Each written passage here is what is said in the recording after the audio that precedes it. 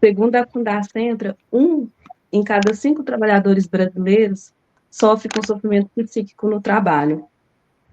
E o mais triste é que, muitas das vezes, esse sofrimento ele é silencioso e invisível, carregando um sorriso automático, né, com aquela frase de tá tudo bem, né, tá tudo bem, é só um cansaço mesmo. E esse sofrimento, ele não começa de uma vez, ele nasce de pequenas situações que ocorrem no contexto do trabalho, da sobrecarga que ninguém vê, da falta de apoio, da liderança ausente, né, da pressão por ter que dar conta de tudo. E esse bolo de neve, ele vai só crescendo, até virar uma depressão, uma ansiedade, né? Uma síndrome de burnout, uma tristeza crônica, e em casos mais graves, até mesmo um suicídio. Tudo isso vai minando o bem-estar do trabalhador, né? Organizações que ignoram esse sofrimento psíquico acabam perdendo talentos, dinheiro e até a própria reputação. Por outro lado, empresas que cuidam da saúde mental têm equipes mais engajadas, criativas e produtivas. Esses dados, ele nos faz refletir sobre a necessidade da gestão dos fatores de riscos psicossociais, porque no silêncio do dia a dia, muitos trabalhadores estão adoecendo emocionalmente, e sobrecarregados, pressionados, e isso alimenta o sofrimento psíquico, né? Esse silêncio, essa coisa que vai acontecendo, todo dia é uma coisa, né? Hoje é uma coisa, amanhã é outra, e isso vai acumulando na vida do trabalhador. E eu costumo pensar que essas coisas que vão acontecendo, né, de forma silenciosa, de forma invisível, é muito perigoso, porque quando se dá conta, já chegou numa situação que às vezes, né, fica difícil de manejar. Uhum. E como nós sempre discutimos, né, Rafa, o sofrimento psíquico, ele pode achar, segundo a psicodinâmica do trabalho, ele pode achar dois caminhos, basicamente, né? Um caminho que é o caminho para transformar aquela realidade, né, onde esse indivíduo, né, esse trabalhador, acha um apoio no coletivo do trabalho, por meio da solidariedade, dos vínculos de solidariedade, de colaboração, e por meio do sofrimento criativo, ele transforma aquela realidade, ele tem o reconhecimento desse coletivo de trabalho, né, tanto o reconhecimento dos pares, quanto dos diferentes níveis ali hierárquicos, e o trabalho passa a fazer sentido, né, passa a dar prazer para ele, isso impacta na identidade dele enquanto profissional, enfim. Mas a gente sabe, né, Rafa, que o sofrimento pode achar um outro caminho quando nesse ambiente de trabalho, essa organização do trabalho é uma organização muito rígida, muito tóxica, onde a relação com a liderança se dá de forma unilateral, esse sofrimento vai achar um outro caminho, que é o caminho das estratégias defensivas, né? Como você disse agora há pouco, citando uma estratégia defensiva que é do sorriso no lábio, né? Tá tudo bem, não há problemas, né? Não há problema nenhum, tá tudo certo. É uma estratégia de negação que o Dejur vai falar, né? Só que a gente sabe, né, Rafa, que essa estratégia, ela não vai durar muito tempo, né?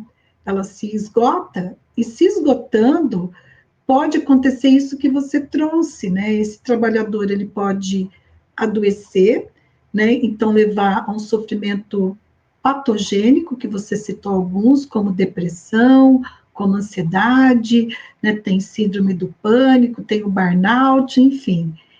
E o pior, né, Rafa, esse sofrimento no extremo, quando não há a possibilidade de cuidar desse, né, desse trabalhador ser cuidado, ele pode até cometer um suicídio, né, diante desse sofrimento, né?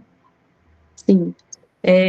Essa questão do suicídio também, ela está mais perto de nós do que a gente imagina. Outro dia mesmo, aqui na minha cidade, eu vi um caso de um trabalhador que cometeu suicídio, né? Então, é algo que realmente tem que ser levado a sério, é algo que tem que ser olhado assim, com o olhar, né, além daquilo que a gente está vendo, né? Porque muitas das vezes fica disfarçado daquele sorriso enganador, e na verdade por trás daquele sorriso existe uma grande tristeza, né? Que muitas das vezes pode ser até promovida ali pelo ambiente de trabalho. Então, o profissional também tem que saber identificar isso, né? Uhum. E quando você fala esse sorriso enganador, né, o nome que o Dejur vai dar para essa normalidade enigmática, para essa normalidade de sorriso enganador é a normalidade enigmática, né? Que parece que está tudo bem, né? Como que pode estar tudo bem diante dessa organização do trabalho, diante desse contexto, né? Mas que tem sim por trás um sofrimento, daí quando a empresa vai ver, se depara infelizmente com um suicídio, ou com um burnout, ou com um quadro de depressão, de ansiedade, de pânico, enfim, né? Então, e isso, né, vai impactar não só esse trabalhador, como também o ambiente de trabalho, né?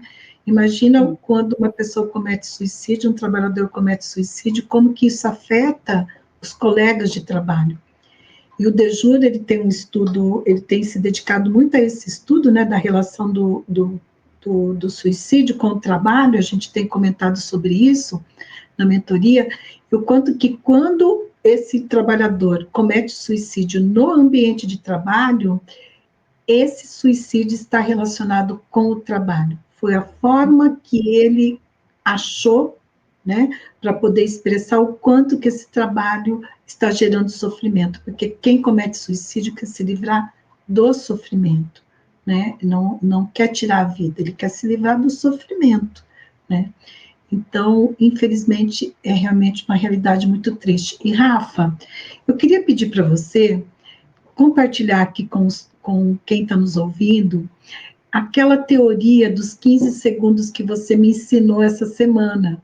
A gente teve reunião estratégica na quarta-feira, né? Foi quarta-feira que a Sim, gente teve. Hoje é quinta, então foi terça, né? Que a gente teve reunião estratégica na mentoria, que é uma reunião individual. E você me ensinou algo que eu não sabia, que é dessa teoria dos 15 segundos, é isso mesmo? sim. Eu vi ela numa palestra que eu participei, né?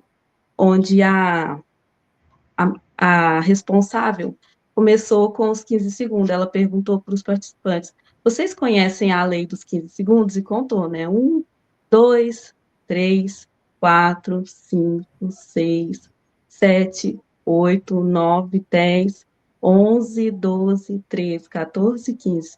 Um trabalhador acabou de morrer. Isso me impactou, né?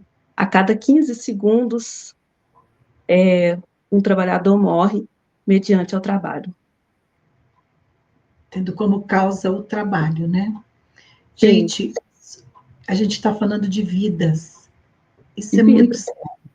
Vidas, né? É um trabalhador e que essa morte desse trabalhador vai impactar uma rede de pessoas, a família, seus dependentes, filhos que ficam órfãos, pessoas que deixam de ter essa pessoa que é importante, que é amada, né? O custo social disso, a gente está falando de vidas, a gente não está falando de uma máquina que quebra, que você substitui, né? Então, muito obrigada, viu, Rafa? Muito obrigada por compartilhar também o teu conhecimento, para eu poder também aprender com você.